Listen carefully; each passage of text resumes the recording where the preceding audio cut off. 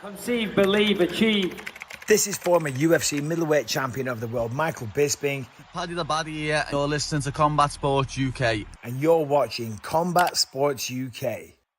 Hello, I'm Scott Bogie from Combat Sports UK, here with Harry Shaw, ahead of his upcoming fight against Stef Murray at Cage Warriors 178. How are you doing today? Yeah, good, mate. How's it going?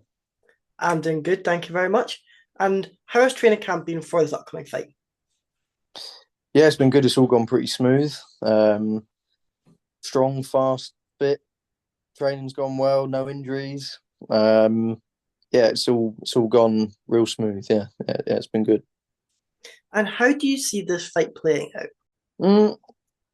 It's hard to say, really, because I think you can't really force things in fights. Yeah. So they sort of play out how they play out. I mean, sometimes you can have a game plan and just goes completely out the window. And sometimes your game plan works and it plays out exactly how you want it to. But, yeah, I'm not really one for saying, like, oh, yeah, I'm going to knock him out in the first round. I'm going to do this. I'm going to do that.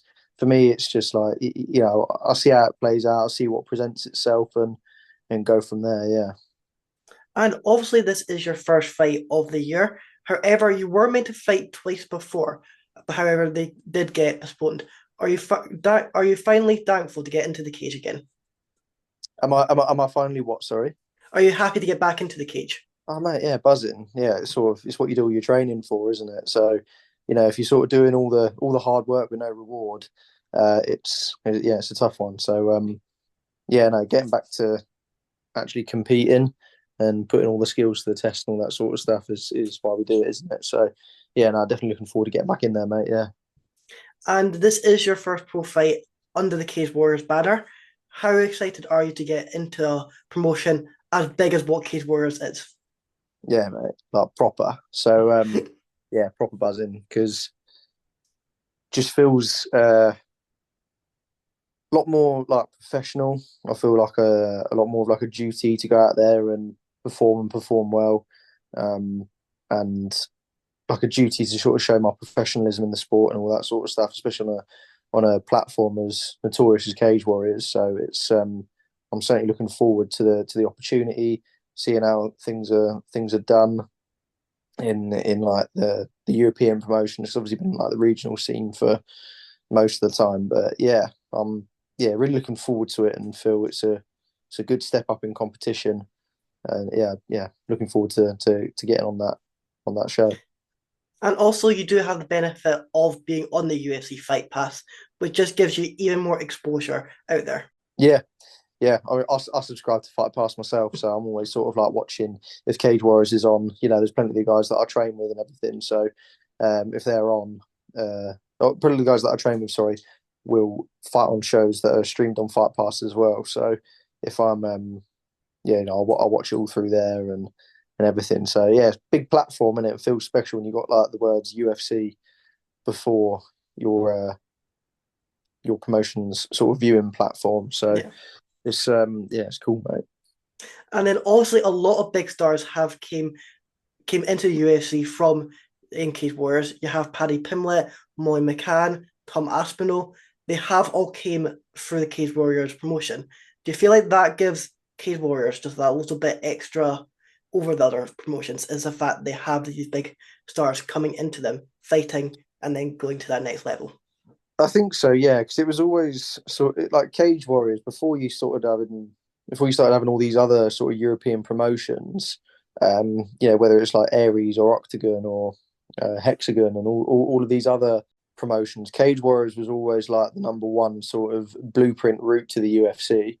And I think when you've had such like UFC stars like the guys you mentioned fight on there, it's it just makes it feel that little bit more like, ooh, getting close sort of thing. It's like a lot like the hard work you've been putting in over the years is starting to come to fruition. It feels good, and that's why I sort of said, it feels like I've got like a duty to go out there and perform because it feels important. It feels special. Yeah, much more so than my other fights. And do you feel like with obviously Cage Warriors, they are starting to take over that UK market? you obviously have PFL, who the Europe campaign has came to Newcastle and then Glasgow at the end of this month. However, you have Octagon, who are no longer focusing on UK shows; they're more focusing on Europe. Do you feel like Cage Warriors have now taken over that UK scene? Have Cage Warriors taken over the UK scene? I mean, I guess so. They got a lot of guys from all across the UK, and they sort of, they go all up from, they go Glasgow, they go Leeds, they go Liverpool, Manchester, Birmingham, London. They're certainly the most active show, like active big show across the UK. So, for sure, yeah, and they've probably got K on that promotion. So yeah, I think I'd say it's an accurate. And then, sorry, that's it. I'm done. Yep. And then obviously with Cage Warriors, you do have the addition of the Prize Fighter tournament. How would you like to be on one of those tournaments in the future? Oh, I'd love it. I mean, my goodness, getting 50K for for competing. That'd be like, yeah, sweet. That'd be real nice. I mean, 50K would help anyone. So yeah, managing to get a 50K would be unreal. That'd be a big help. A big help. I'd love to. And then in your last fight, it was first round knockout. Do you feel like how was it getting that first professional victory? Yeah, that's the thing. So obviously the fight I had before that, I just got smoked by Liam McCracken. I mean, yeah, it's probably about as bad as you could get. I got dropped and subbed in round one. So so yeah, getting obviously going like 0-1 as a pro is never what you set out to do. So getting that one back, it was about 9 months of that sort of weighing on my shoulders, to be honest, because I had that fight in the December, and then I fought that guy Randy on the in the August the following year, and so yeah, it was just 9 months of sort of putting in a lot of work and a lot of grafting, correcting a lot of mistakes and everything. So on top of just getting the first pro win, it was like a weight off my shoulders with that, but then also sort of like confirmation that a lot of the hard work that I've been doing was paying off. So it was, yeah, it was, yeah, real good one to get, and felt good. And I was like, yeah, good. We're back on track here. And then obviously that is the great thing about MMA is one loss doesn't define your career. There is a lot of multiple guys who are very big in the UFC who have multiple defeats on their record. Whereas comparing that to other sports like boxing, one defeat really does derail your career. Mm. Yeah, and I get sort of building up a fighter a bit, but build up a fighter maybe like first 5 fights or something like that. I can get that. I can understand that. That's what Lewis was trying to do with me as well.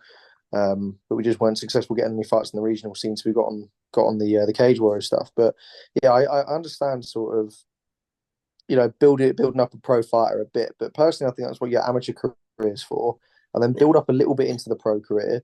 But maybe like 5 fights or something like that. But with boxing, it's like they're still getting built at like 15, 16, 17 fights. I think at that point it becomes a bit silly.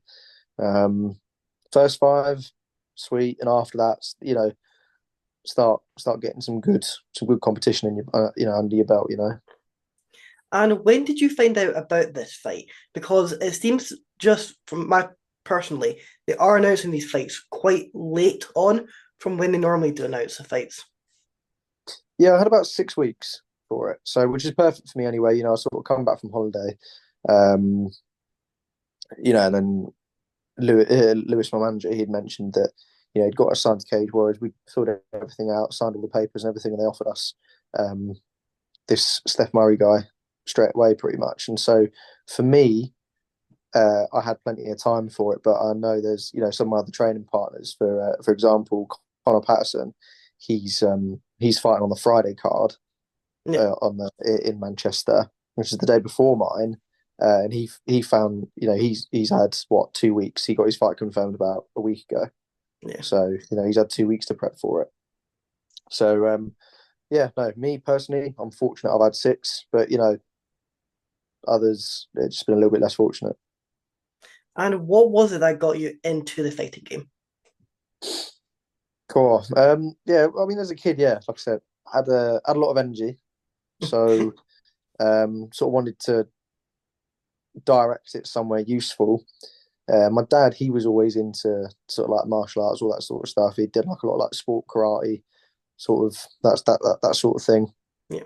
And then yeah, and then I mean, we ended up watching a film called Never Back Down. I don't know if you've seen it. Old school film, but probably from like the early 2000s. Have you seen it? No, I haven't. No, so it's like this old school film from like the early 2000s. And it's like a mixed martial arts film. And after watching that, I think I must have been about 13 or 14. I was like, yeah, no, let's go and learn this sort of thing. And so Dad and I, we found a club, um, and then yeah, and since then I've just been pretty obsessed with it since. So that was I was 14 at the time, so I'm 29 now. So it's been the best part of 15 years. And I just love it. It's a good thing to do. Directs a lot of like your attention, your energy as a young man. So um, it's a good thing to get into, particularly early on. Yeah. Um, yeah, definitely. And do you feel like MMA has got an even more dedication to the sport because you did have that family relationship in it? Um, no, I wouldn't. No, no, I wouldn't say so. My dad, to me, he was always just sort of said, "Yeah, just find something you love and do it." And so, obviously, as a kid and whatever, you always look up to your dad, and he's doing this, that, and the other. But Yeah. it was like a genuine love, though. Um, I was always enthusiastic about, for example, like the fight scenes in films and all that sort of stuff. And so, when it come to pursuing martial arts, is very much my own thing. It wasn't attached to any sort of family Yeah. reason why I was doing it. Um, yeah, there wasn't particularly family reason, but yeah, my dad was just like, yeah, like I said, find something you love and do it well. And this is I found something I love and I'm trying to do it well. So Exactly. And you are the second fight of the night. Are you bringing much of a crowd into this fight? oh, I didn't know I was second. That's good to know. Where'd you find that out? Is it on the On site? Is it? Tapology. Oh, on Tapology. Okay, Yeah. sweet. All right. Yeah, lovely. That's nice. That because usually when I've been on like the regional scenes and stuff, because you're one of the pro guys, you're always on at like 11 o'clock at night or something. So this will be nice. But I've got the crowd. Yeah, so I've got there's not loads. There's about 20 of us. So because obviously I'm primarily live outside of London, Yeah. um, and so gathering up a lot of people to come to Manchester is a bit of a tough one. But yeah, generally though, 20 people. They're like my ride or dies. So that's what we need. So 20 is a good number. Exactly, yeah. And I'm guessing as long as you get injury free in this fight, your next fight you're planning is a November card in the one of the London ones? London I event? would, yeah, I would love to get on the London card. That is it. The 13th or the 14th? Is it or the 15th? Can't I think it's remember. the 15th. 15th. Yeah, I yeah, think yeah. it's So Friday the 15th. that's it. Yeah, so I'd love to get on that. And yeah, man. Yeah, so hopefully we come out injury free, unscathed, and with the win, and they'll want me back on the London card. And the London card, I'll sell, 50, 60 odd, Yeah. just it's a bit closer. I work as a PT and all that sort of stuff. So teaching kickboxing and martial arts and all of that. So often get like quite a lot of my clients and everything come along to it. And then just because all like friends and family are a bit more London based as well, it's fun. Yeah, love to get on that London card. Yeah, exactly. And how do you feel like the coaching aspect, like you're saying you coach kickboxing and that, how do you feel like that has helped transform your game? It just sort of reinforces what you should be doing because you're telling, if you so I'll see, I don't know, 4, 5, 6 people a day, right? Yeah. And more often than not, a lot of them are beginners or maybe less than about 3 years experience, right? And I'm quite big on like basics and drilling all of that sort of stuff in time and time and time again. If you watch my fighting style, it's nothing fancy, but it's just good solid basics. And so, if you're just constantly saying the same stuff, drilling the same thing, the same repetition, and you're repeating what you're saying all the time. And even when you're demonstrating as well, it's like you have to show it with like impeccable form, impeccable technique, no fault in it, no fat. And so I think when you're constantly saying this stuff day in, day out, and you're reiterating it day in, day out, it further just cements what you yourself should be doing when it comes to your form, when it comes to your technique, and then that just comes out unconsciously when you're fighting. And so a lot of things are taken care of, when you're fighting. But yeah, coaching is really good for if you are, a martial arts athlete, and you're trying to make it in the sport or whatever. I think coaching is a really good thing to do because it just cements what you should be doing, and you're just saying it all the time. So yeah, coaching's definitely been good for it for sure. And for yourself, how do you handle the pressure, like the high pressure situations? It's been a bit of a journey, to be honest, because in my career, every fighter will tell you, they'll get nervous, but some prefer going in there a little bit more relaxed. Some prefer being a little bit more hyped up. Everyone is different on the scale, and over the course of me fighting, it's been finding out where I like to be on that scale before going out.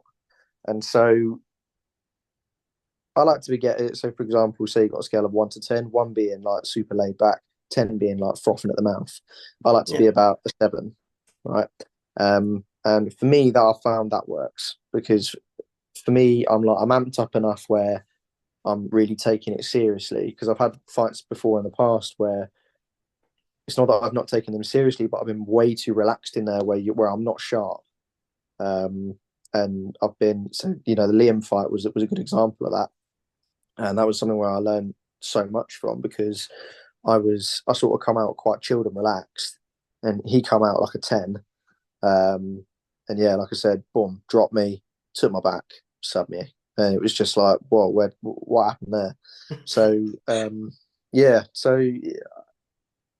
I like to get to about a 7, and then from there, it's just, in terms of just getting to perform, it's just do what you do in the gym. It's like that's the best part. That's the best thing, or the best bet you have of competing well, is doing what you do in the gym. You see plenty of guys that are like good in the gym, and then they'll go and do something completely different in a fight. They'll fight completely differently. It's like, stick to what you do. That's your best bet. Listen to your corner, and you just have to go and just commit to it, because it really is like you or them sort of thing. And yeah, you sort of pile all of those sorts of things up. Okay, right, I want to get to about a 7. It's you or him, right? Okay, well, it's going to be you. It's going to not you. It's going to be him. And do what you do in the gym, and don't leave anything else in there. Leave nothing else. And that's it. And that's what I try and go in there with a mindset of. So I went in there, that was the mindset I had. I think the walkout's important as well, to get you in that sort of frame of mind and everything, and ready to go, ready to compete, not trying to sort of downplay the importance of competition. You really rise to the occasion and have to, really give it your all, sort of thing. And it becomes, like I said, like a very dutiful thing for me to go and perform properly. And so, all of those things sort of culminating together, I like to put me in the right frame of mind to go and compete to my best. Yeah. And then, how much do you value the day before face-offs? I know some fighters see that as the first victory or the first defeat. How do you view that? I couldn't care for it. I just couldn't. I get that's what, it's to like sell fights and all that sort of stuff. Yeah. It's like all a face-off. It's like these two guys hate each other, sort of thing. I've never been like that. It's like, I do it as like it's just a mere formality for me. I'll shake the guy's hand, I'll look him in the eye, and that's that. But for me, it's like that doesn't. For me, it doesn't tell me anything about them. It's like it doesn't.